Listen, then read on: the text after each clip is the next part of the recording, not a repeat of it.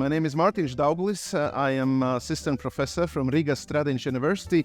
I'm deeply honored to go together in this journey on the narrative wars and the power of media in a divided world with the two distinguished speakers today. We have in the studio here in Riga Dr. Solvita Denisa-Liepniece, assistant professor at Vidzeme University of Applied Sciences. How are you today? It's my pleasure to be here. Thank you for inviting me. Wonderful. And we are also online from Prague, Mr. Rikard Jozwiak, Europe editor for Radio Free Europe and Radio Liberty. You are in Prague, and how are you, Rikard? I'm okay. Hello, Riga. Nice to see you all, and thanks for being here. Wonderful. We have a very limited time, but plenty on our dish to speak around. And maybe if we are speaking about, geopolitical agenda, it's very much happening around the globe. We have elections coming. We have Russia's war in Ukraine. We have also, from time to time, upcoming events that no one is prognosing, like was COVID-19 and other issues. Maybe we could start with your perspective, from your shoes, mapping a bit around who are the main players and stakeholders, good old-fashioned design thinking, stakeholder mapping, who are the most important now in the scenery when we speak about narratives of information in Europe and worldwide. So I think the main stakeholder is you. So it's never about media, it's never about tribes, it's never about politicians, it's about a person. So I think the self-centric approach helps us to design the world in a different way. And when we are making this zoom out, as you invited us to do, so we have a lot of different types of problems.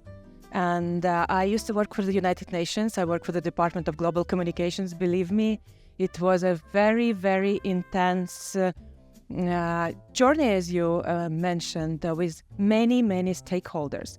But in the core of this journey, in the core of not the problem, but in the core of solutions, we have a person. So we are bringing the human scale, in fact, in the looking for solutions, looking for literacies, knowledges, understandings, then the human is in the core. The UN Charter is for everyone and is about everyone. That's why I would avoid naming one country or another, one conflict or another. But as you definitely mentioned, we should follow what is going on in different conflicts. You mentioned Ukraine, I would mention the Middle East, we can mention Sudan, we can mention other types of conflicts we can observe. And from the perspective of communication, we need to understand what is going on in the use of communication when it comes to defense and when it comes to offense. Thank you. Rikard, from your perspective, how you see this patterns and scenery of narratives in these days from the Europe's editor perspective?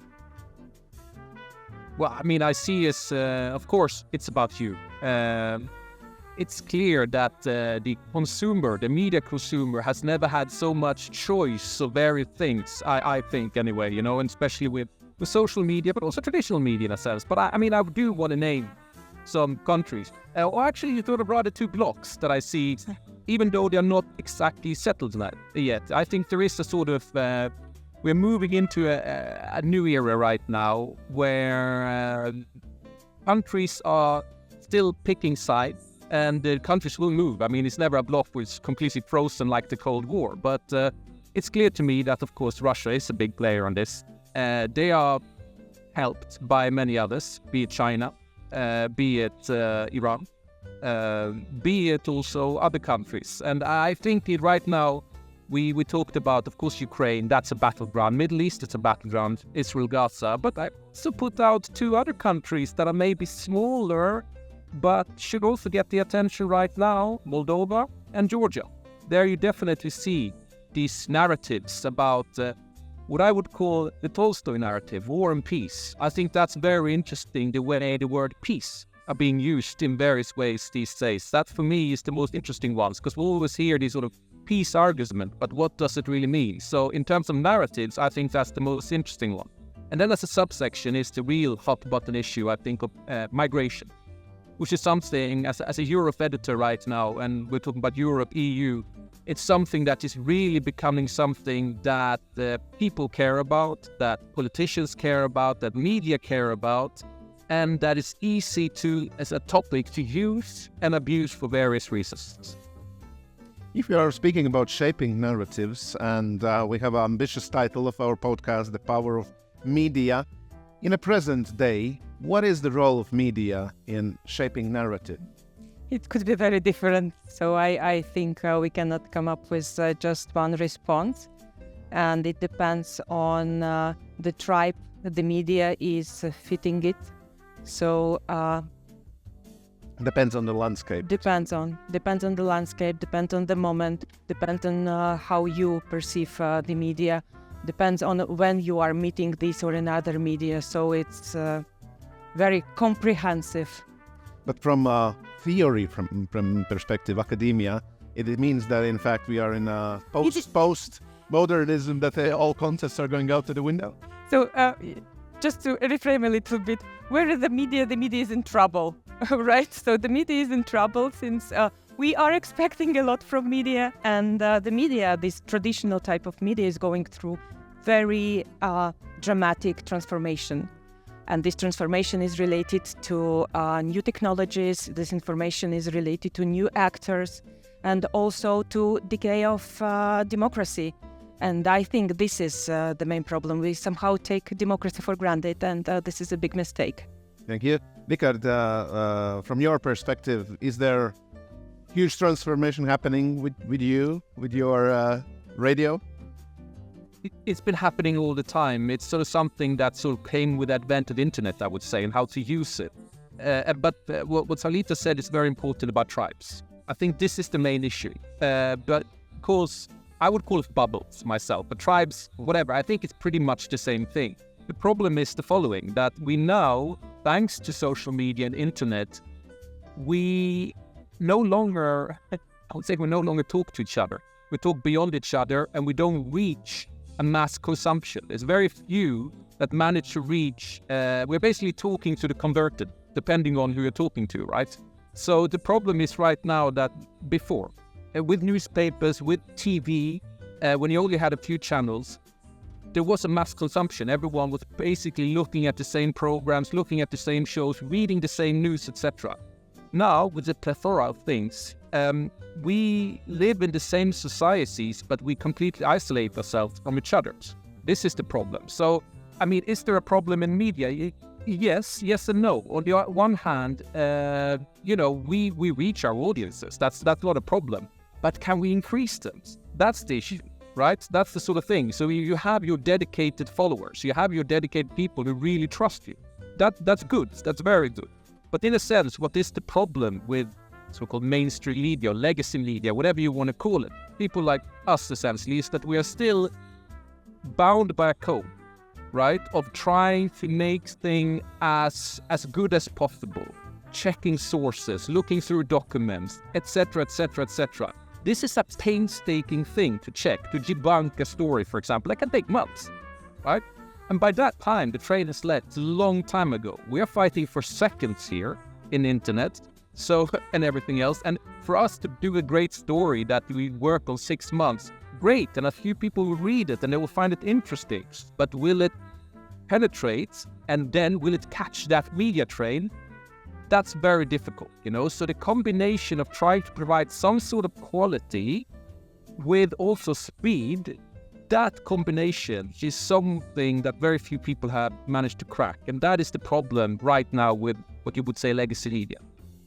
I would add to what you just said, and this is absolutely to the point. So you mentioned the attention as a currency. I would add the second type of currency, which is trust. And I think the combination of attention and trust is what makes this situation unique. So how do we create this sense of belonging with the audiences when we as a media, for instance, right? So this is a tricky combination. And this all is doubled with new technologies, but with quite, outdated, let's call it so, outdated minds. So our minds are fit to live in tribes. That's why we still have this tribal thinking. Yeah. You say.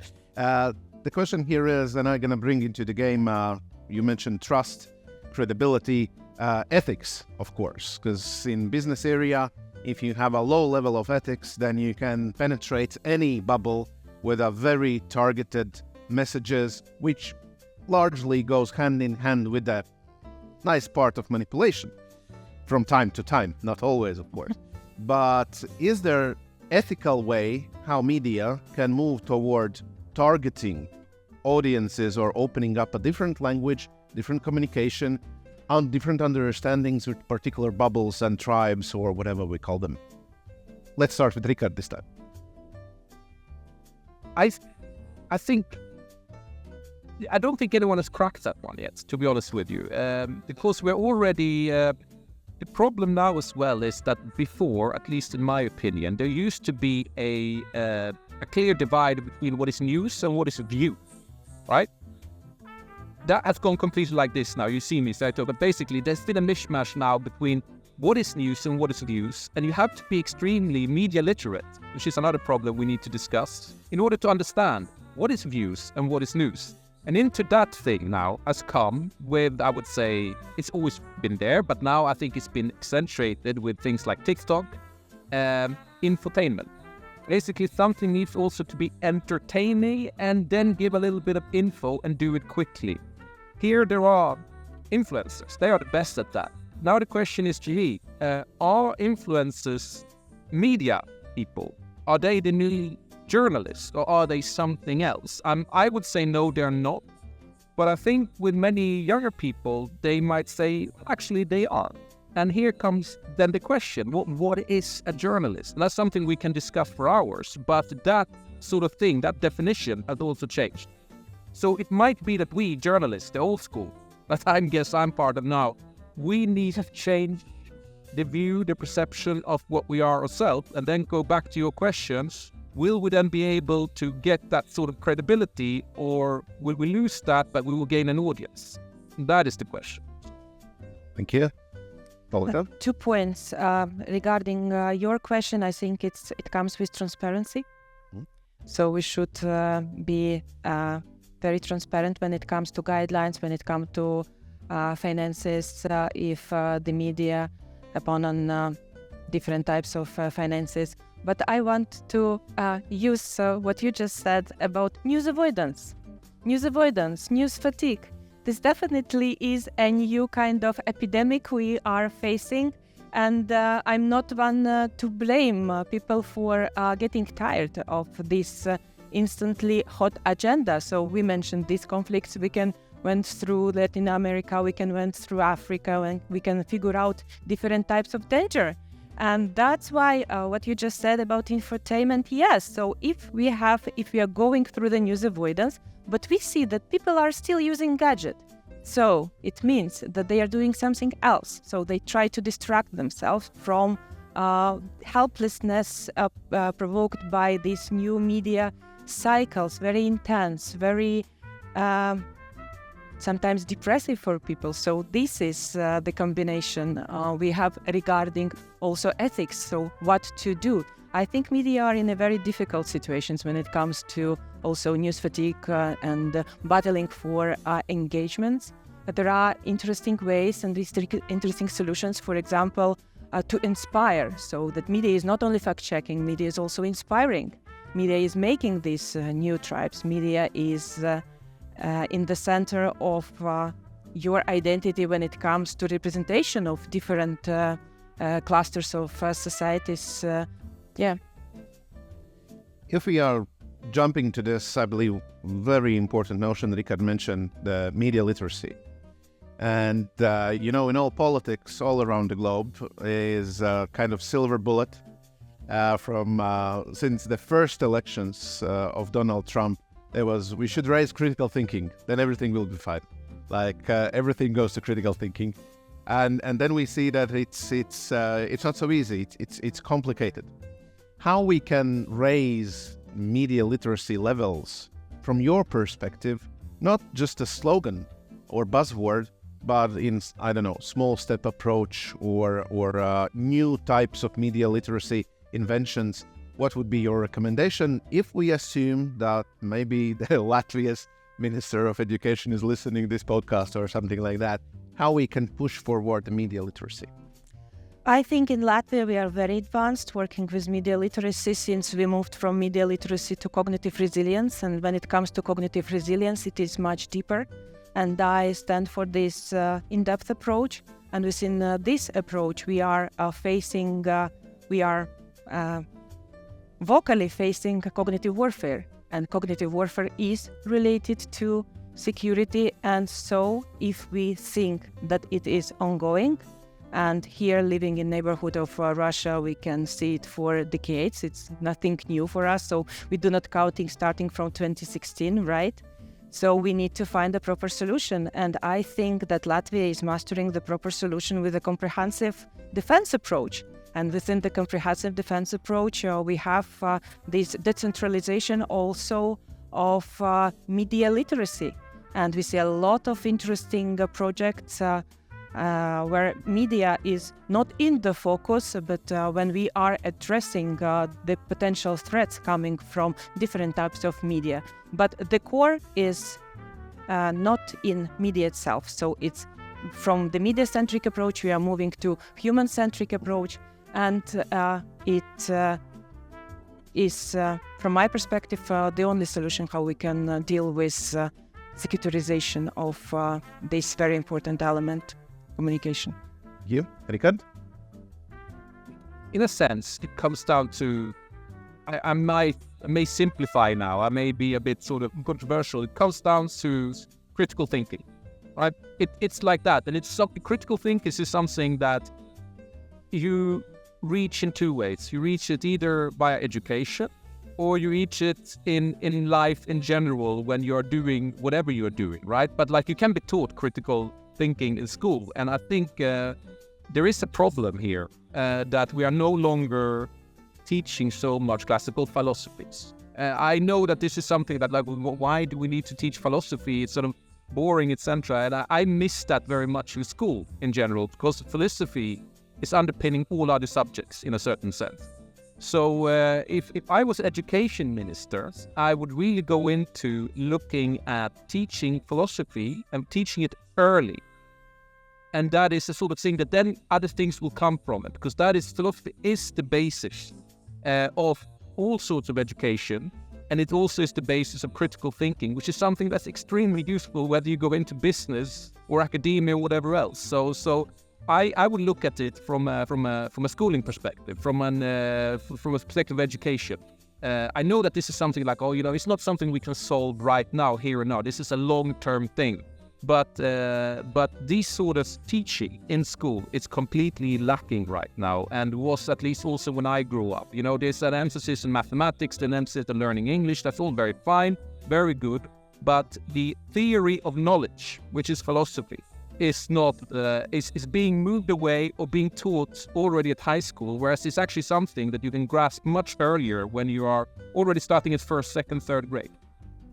I fully support this statement. Do not teach media, teach societies. Getting back to the thinking and understanding how I think and how others think, that's one of the basic principles to further go into. But that is the sort of thing like you kids. I mean, I have a young son, and then you probably hear that with many young people. Why do we have to go to school? Why was that sort of thing? Well, that answered the question already there. And that's why it should already be taught in first, second, third grade, not when we are 15, 16, 17, because then our brains are somewhere else, So for me, early critical thinking, a theory of knowledge for young kids, because they have brains who actually can absorb that sort of thing. That's why we have project for prime school students, and we have fairy tales. So to address those who are not enrolled in the elementary education yet. So yes, but education is the key. I will do now a radical shift in the team. And the radical shift includes that in the media and state landscapes, there are also players who are attacking media directly, like calling it fake news, false news, fake media, not real. And they are having their own audience, of course. And this is complicated because that's an open battle, in fact. I don't want to stay in this field that criticize those who are attacking, my question is again about ourselves. What media can do to get this proper amount of self-respect, tools, proper actions within this battle of accusations on everyday agenda? Rikard? I think it's good that we are being criticized, and rightly so. We media is in this battle of narratives and opinions, and then we have to simply accept that we are being criticized as well. That's something that is not new, and it's something that I welcome. Perfect. Please criticize us. However, there is something that I think we are overlooking, or that I think is encouraging for mainstream media, and that is, and I've seen that with the statistics of when people read us or go to our products. When it really something bad happens, and I'm looking now, for example, at COVID, or the very beginning of the Ukrainian war, or when there is a flooding, or something really that people are really concerned about. And this is true for us as it is for many other mainstream media. There is an uptick of people seeking our articles, our podcasts, our information. That for me is still the evidence that when and I'm sorry for swearing, but when the shit hits the fan for people, and people are really concerned, still they turn to us. And I think that is still a stamp of good mark for us that we do that. But we have to sort of, in a sense, understand that when there isn't these critical things, that we are being beaten and we are being losing. But we should more focus on at the critical things when people really are looking for information on things. I think we're still better than many of the people who I wouldn't call real journalists. And that is not something that we should just be satisfied with. But I think it's a warming thought that should not be dismissed either. Just to continue, I think that media resilience is important, and we need to support those who are facing not only these criticisms when it comes to media, but when it is on the personal level. And we see a lot of gender-based disinformation regarding ladies journalists, and it is a huge problem. And we need to support media. We need to get them into our tribe, and we need to educate media as well, and this is also what we are doing. So when you are working in the media for 20 years, it seems that you are well equipped, but from the perspective of academia, we can give them something new, some other realities. For example, when it comes to cognitive domain, when we can help them to understand how beliefs work, how values work, how perception works, so, and they could be better equipped. And that's why I think that we need to figure out their needs, and we need to figure out a proper way how to address these needs. And this is actually what we are doing.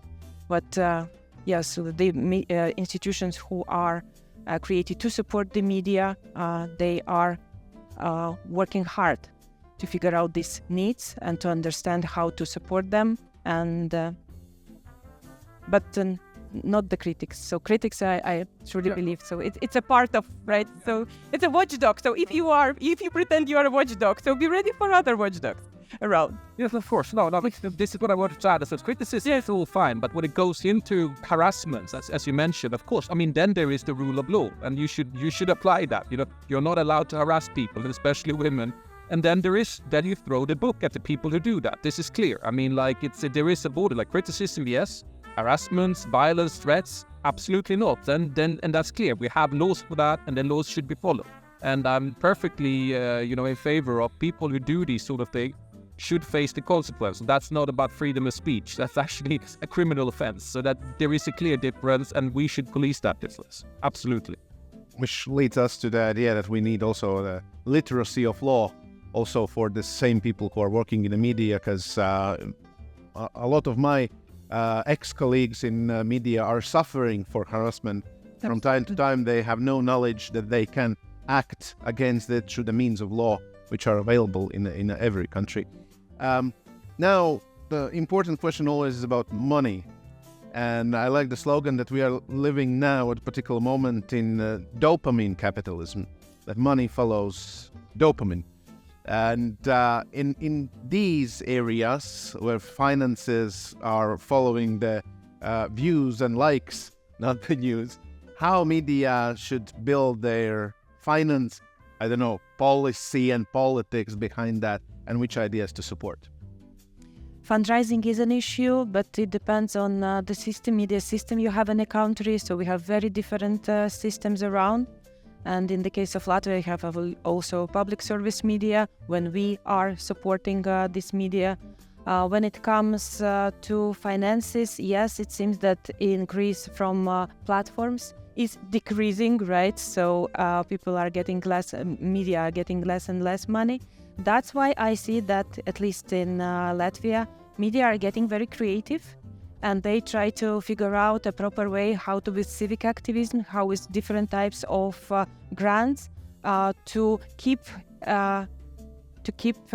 moving forward. And I think it is also, maybe it sounds weird, but it is also beneficial for us, for society, right? So we see very interesting projects coming from journalists, not because of the good life, but because of this very tough life when they need to literally survive. Thank you. Rikard?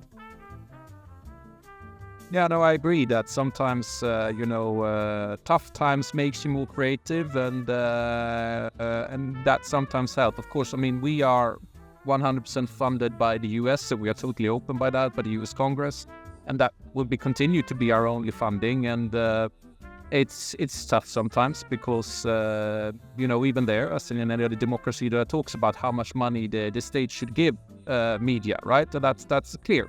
But, I'm not too worried because information is more than ever something that is very lucrative, and there will be money there. The question is only in which way and how creative it will be. But I think even states realize that spend money on media is money well spent. I look at our budget, and it's a peanuts compared to what you spend on all sorts of other things, right? And you get quite a lot of it from it anyway, so it's good. I still think that media and information, you get so much bang out of your buck, so to say, that it is something that will continue. And I think actually, in a sense, many states will actually increase information budgets, so that's to be welcomed. And also, regarding crisis, media plays a critical role. That's why we need also to have additional filter when it comes to media, so media in crisis. That's why we need to support them in very different ways, not only related to information, but also related to what they have on the ground. Do they have some additional places where to move in the case of emergency? And this is another additional layer where states could be responsible. Summing everything. Yep. Yeah, sure. But even such a thing as, working place. This is the sort of thing where, how can you help journalists? Well, a place to work, a nice studio, equipment. These are the sort of things that, you can help with. It doesn't always have to be, pouring money into, some salaries or something like that. But sometimes it is just, a working space, a good internet, a parabola, whatever it can be. It can be physical things as well that can help. It can help a lot, actually. So be creative as well about how you can finance things. I think that would be a way to go as well. Regarding internet, at least 2 solutions for internet in emergency, right?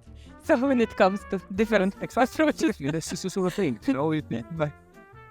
In the law, there is these connotations of critical infrastructure. If we perceive journalism as a part of critical infrastructure, then logically those 2 points of internet and good premises, good infrastructure is perceived from different perspectives. It's kind of basis.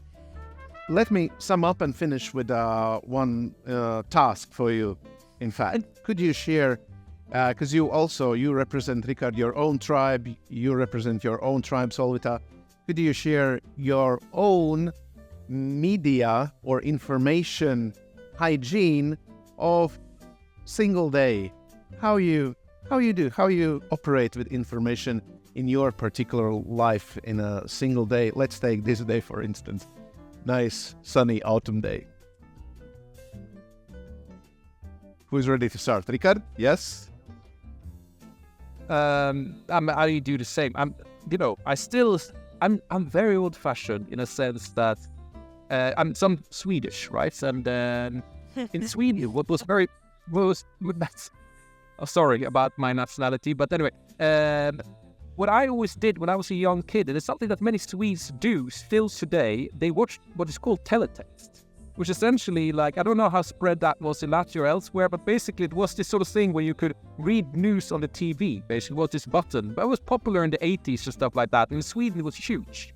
And I still go, and now it's sort of, you don't have that thing on TV anymore. It's very old-fashioned, I think, but the Swedish teletext is still sort of like on an app. And that's the first thing I read every morning in Swedish, just to see what the main things is. And then I go through my Twitter feed, and I feel very bad about it. I feel because Twitter doesn't make me happy, but it gives me the sort of the rundown of what people are talking about. And depending on that, I then sort of branch out to what is the sort of the flavor of the day. But it's everything from BBC News to Politico, checking what's happening in Brussels, maybe going to some national, since I speak a few languages, I tend to go to, some national papers, in France or in Poland or in Denmark or whatever, just to see what's up there. So it's sort of like, but it starts still with teletext, which tells you a bit like what you're still used to from a young age, you still sort of cling on to in a certain sense. So I start there and then I branch out, and every day looks quite different depending on what is sort of catching my attention. But I think these days it's mainly upcoming election in Georgia and of course the upcoming election in America. So I'm very much in a sort of like election reading thing, right? So theorizing that and calling this Swedish way of information hygiene could be facts, then Twitter as conflictual sentiment, what is happening, and then other sources all around considering your topic of interest. Yes, something like that. Yeah. So it's sort of like it says, it's like a bit of a mix of everything, a smorgasbord of different salads and meatballs and sausages, and I sort of pick and choose a little bit what I want, and I think that's sort of what many people are doing in a sense. Yeah. Type of IKEA, I believe. Yeah, exactly. Do it yourself. Yeah. Thank you. Solvita, what's your hygiene? I'm very privileged. My tribe is well equipped with information, and they care. And they altruism means that they are providing fact-based information to me. But this type of hygiene means, in my perception, that I try to avoid the tribes where this altruism is playing a negative role, because what we see, those who are sharing misinformation and disinformation, and when it comes to their personalities, they have this altruism in their profile. And also regarding the world, I try to follow new briefings from the United Nations just to understand what is going on in different parts of the world. And later on, I try to figure out if one or another place is of my interest. For example, when it comes to Mali or when it is DRC. So there are other additional media on which I can rely. So when I do this analysis by myself, but this analytical work is something that we are privileged, right? So it is a part of our hygiene. I do not, and also I do not have notifications from media on my phone. This nice idea that we are doing analytical and self-analytical work considering the information consumption. I say thank you very much for this discussion today, and thank you very much to our audience. You can follow to our podcast sessions of Riga Security Forum in the homepage, which is extremely long, but you can definitely see that, I believe, in the titles of the screen, which is rigasecurityforum.lt. LIIA.LV. So anyway, if you want to find it, just Google it. You're going to find it. That's how information works. Thank you very much, and I wish you a good day.